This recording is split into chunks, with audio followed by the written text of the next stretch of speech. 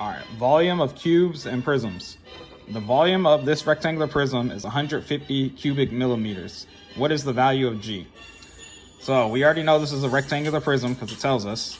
So we got to use the formula, the volume of rectangular prisms, which is V equals LWH, which stands for volume equals length times width times height.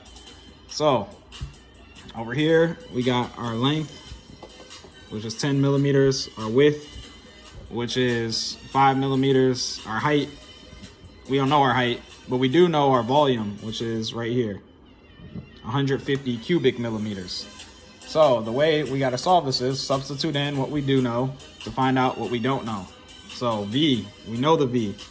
That's 150 millimeters cubed equals our length, which is 10 millimeters, times our width, which is 5 millimeters, times the height. We don't know the height. All right, so we need to simplify this side. So it's still going to be 150 millimeters cubed equals 10 times 5, that's 50. Millimeters times millimeters, that's millimeters squared, times H. So we need to get H by itself, because that's the height, because we're solving for the height. So right now it's 50 millimeters squared times H, so that's multiplication. So to get rid of that 50 millimeters squared, we need to do the inverse operation, which is division. So we're going to divide this side by 50 millimeters squared.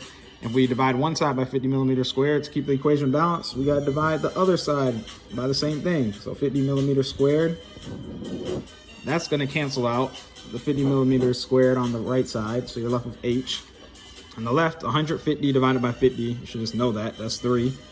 Then millimeters cubed divided by millimeters squared is just millimeters, because when you have two exponents with the same base, because the base is millimeters on both of these, in this division problem, you take the numerator exponent and subtract the denominator exponent. 3 minus 2 is 1. But whenever our exponent's 1, it's imaginary, so we don't write it. So our height is 3 millimeters. So that means G, which is our height, is 3 millimeters.